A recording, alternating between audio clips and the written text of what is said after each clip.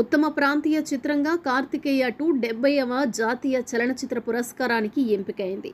ఈ ఆనందంలో దర్శకుడు చందు మొండేటి కార్తికేయ 3పై ఆసక్తికర అప్డేట్ ఇచ్చారు.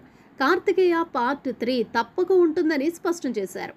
పార్ట్ 2ను మించి ఉండేలా ప్లాన్ చేస్తున్నట్లు తెలిపారు.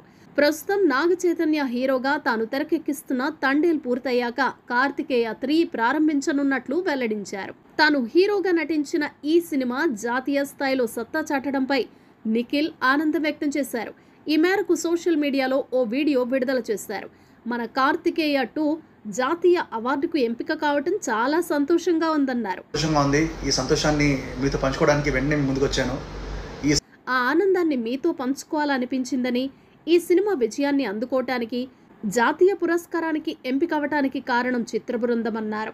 నిర్మాతలు, దర్శకుడు చందు, హీరోయిన్ అనుపమ, డిఓపి